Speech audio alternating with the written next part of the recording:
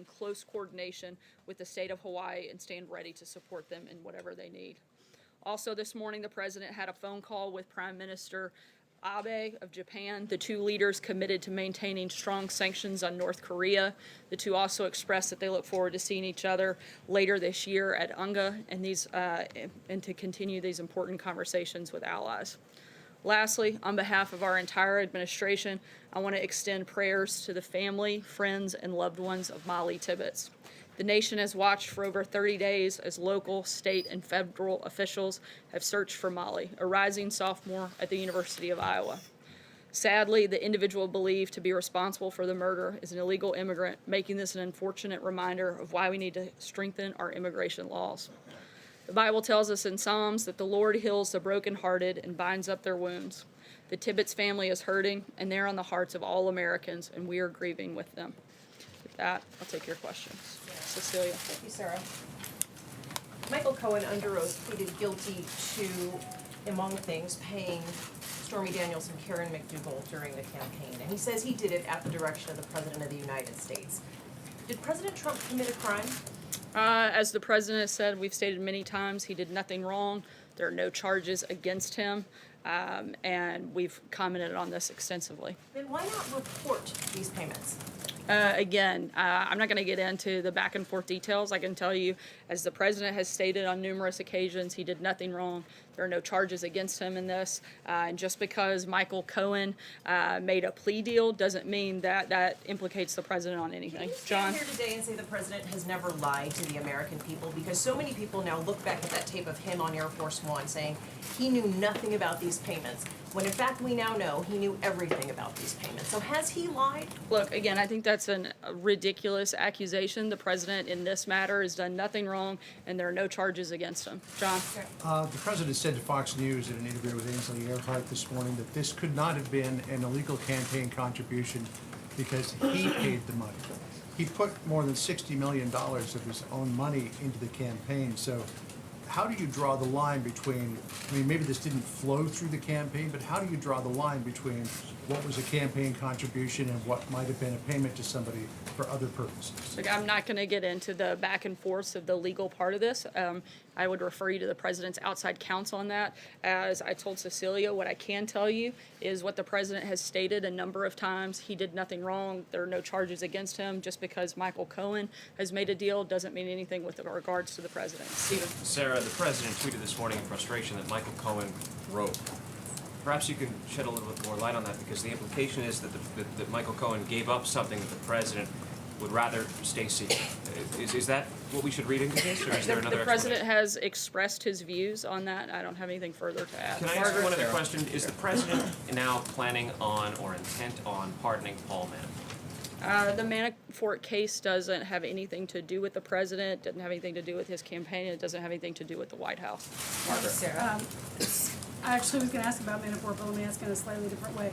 Even if it has nothing to do with the President, he still could have the power to pardon Mr. Manafort. Is that something that he's begun discussing with the team? Has he ruled it out?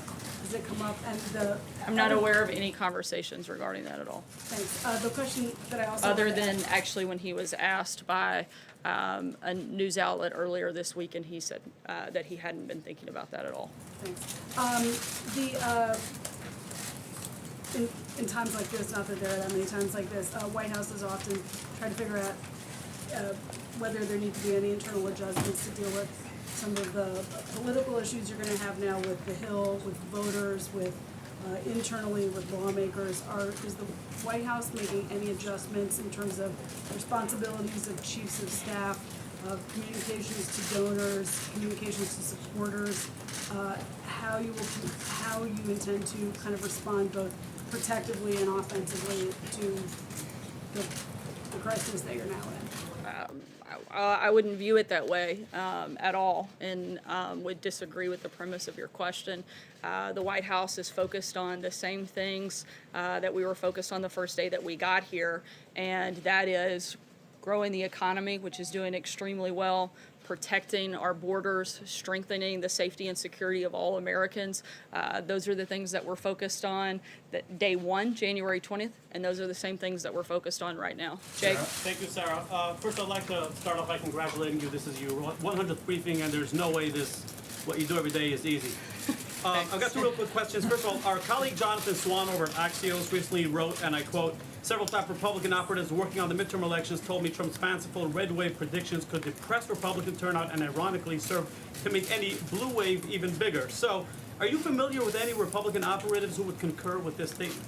Not that I'm aware of. I think that the thing that's going to encourage people is the lack of a message by Democrats. They have nothing to run on other than attacking this president.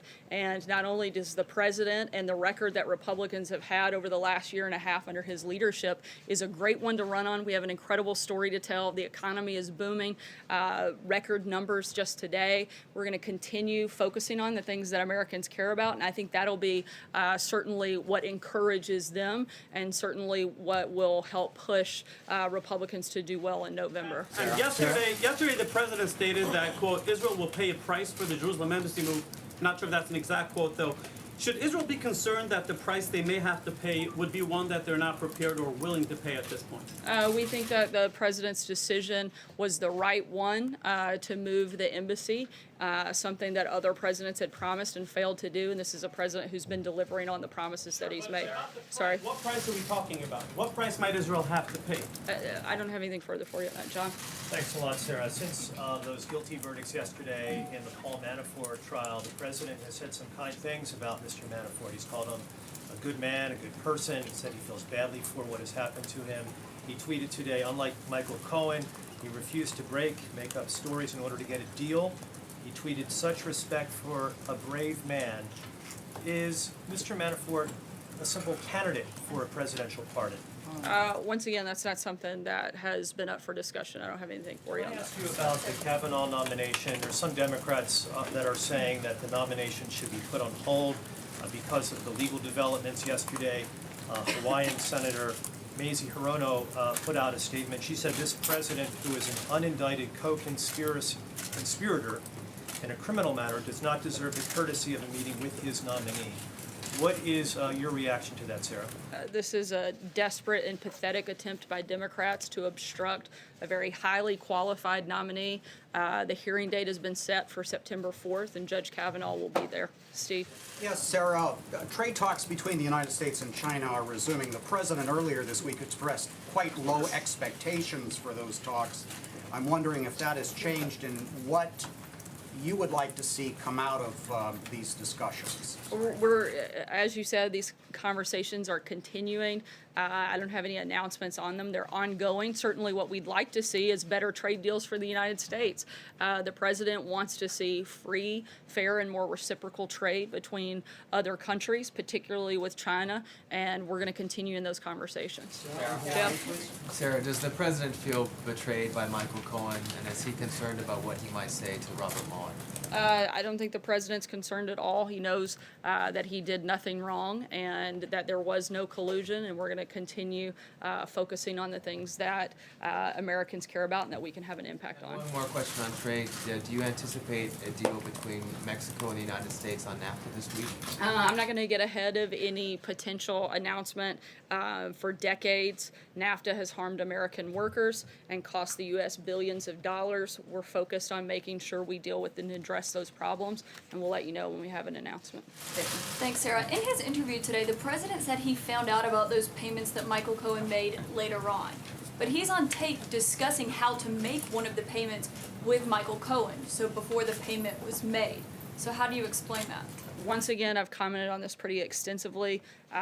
What I can tell you about this is that the president did nothing wrong. There are no charges against him. There is no collusion. For anything beyond that, I would refer you to the president's outside counsel.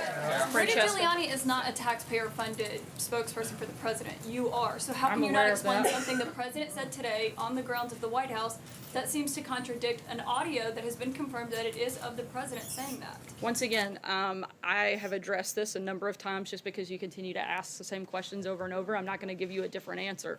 The president has done nothing wrong. There are no charges against him. There is no collusion. That's what I can tell you about this. If you want something further, I would refer you to the president's outside counsel. Does the White Julie, House maintain sorry, that I the called on president- Francesca. I'll Does the come White back to House you, Julie. maintain the president did not have affairs with Karen McDougal or Stephanie Clifford? We've addressed this a number of times. Francesca, go ahead. Thanks, Sarah.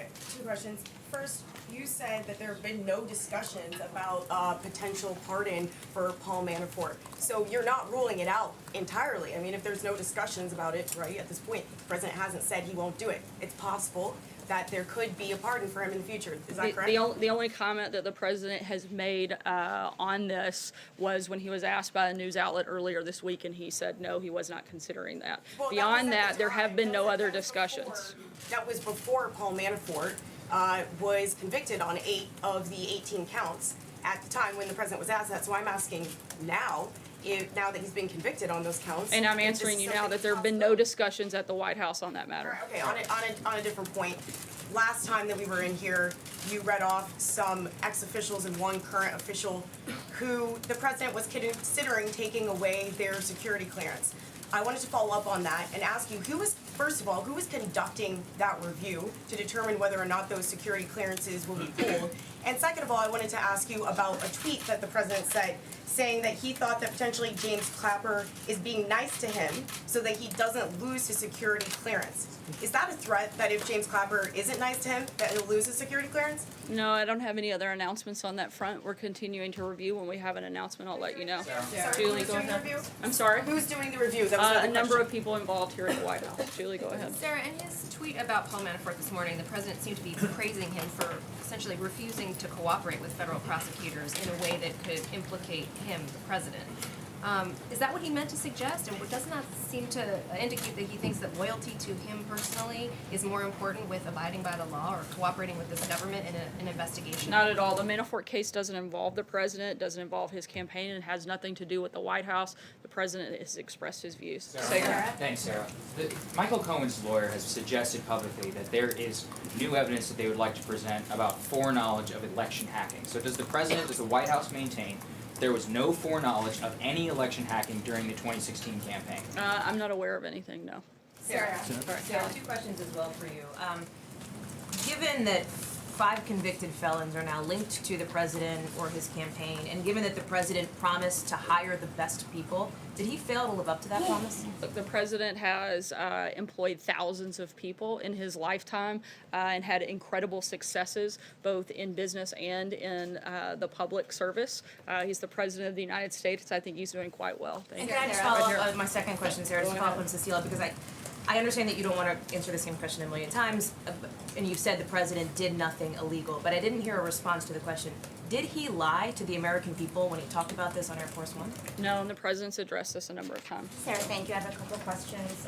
President Trump says he feels badly for Cohen and Manafort. One of the men pleaded guilty to crimes. The other was found guilty of crimes including tax fraud, which robbed the American public of tax dollars they were owed. Why does he feel bad for either of these men? Once again, the president has expressed his views on this matter, and I have nothing else to add on that. Just to follow up on that, does he believe that there's an intrinsic problem with the Justice Department, or does he only believe if someone who is close to him is a victim of the Justice Department? Yeah, I think we've certainly seen a lot of concerns come out of some of the activities of people that worked at the Department of Justice, whether it's Peter Strzok or Lisa Page or James Comey. We've walked through those a number of times, and certainly I think it's given cause for a lot of Americans, some of the activities those individuals engaged in. When the person in question is someone who's close to him, the president paints them as a victim, as if his own Justice Department is not doing its job.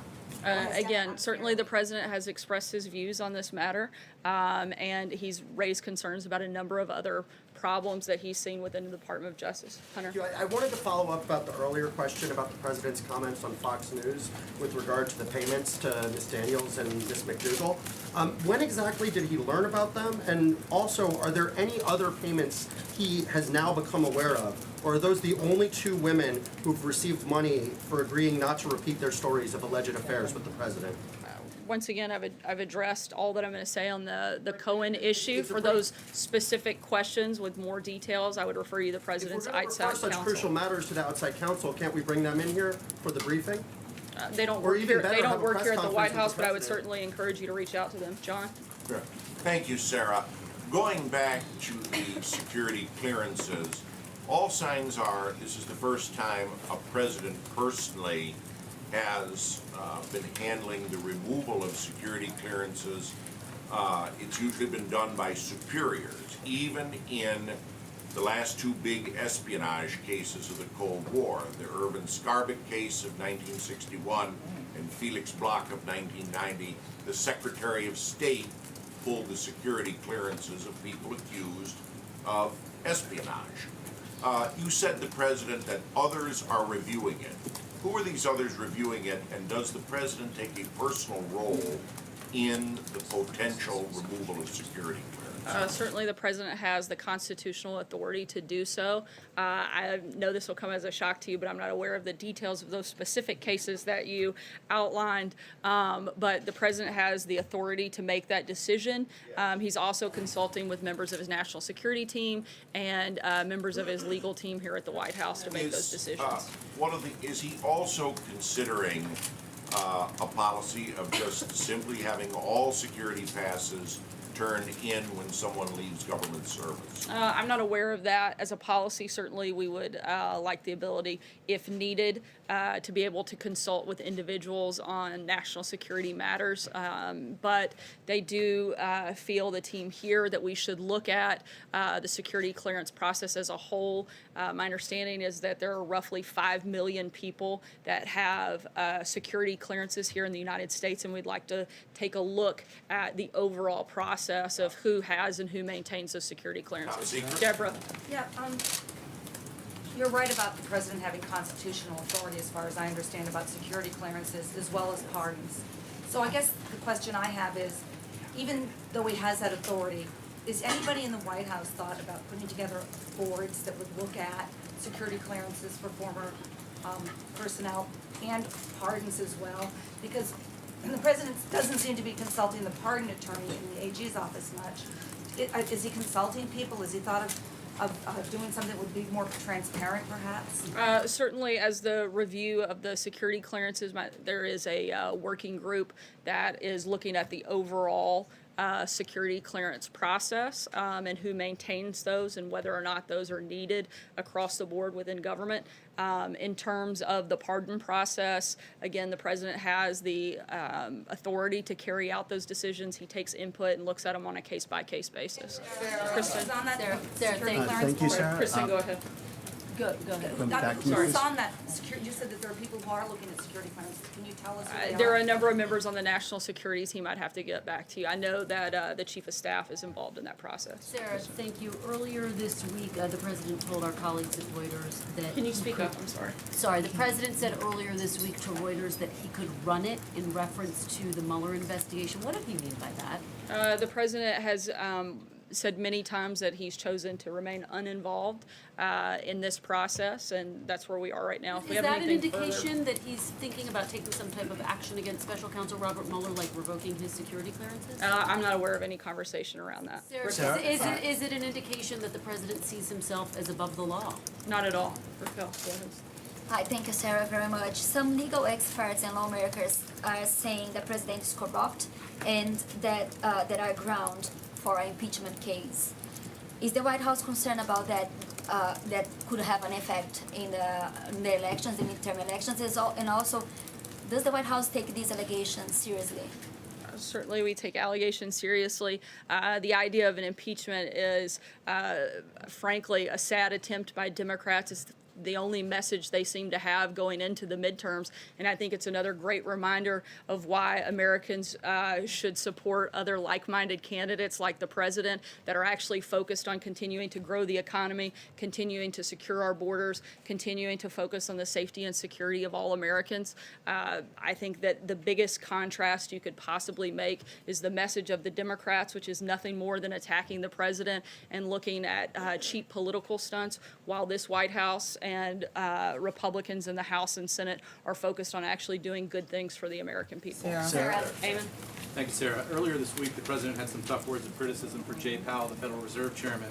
Can you tell us when the last time the president and Powell met face-to-face, and whether or not the president brought up that criticism with Powell directly? I believe the last time they met, I'd have to double check, was right around the time that Jerome Powell took his place on the Federal Reserve Board. So has he spoken to him directly about his concerns about raising interest rates? I'm not aware that they've spoken about that at all. One last question. Sorry, go ahead, Emily. Thank you, Sarah. On Venezuela, is the president planning on getting involved there at all? There's millions fleeing the country now. What is the U.S. stance on Venezuela at this point? The United States continues to support Venezuela's neighbors and provide emergency aid and shelter to Venezuela, and also continues to stand with the people of Venezuela. And we're going to keep all options on the table, and we'll keep you posted if we have any further announcements. Thank you so much, and we're going to wrap up here so that we can all join the president for the Medal of Honor ceremony. Thanks, guys. Good to see you. She seems very sad.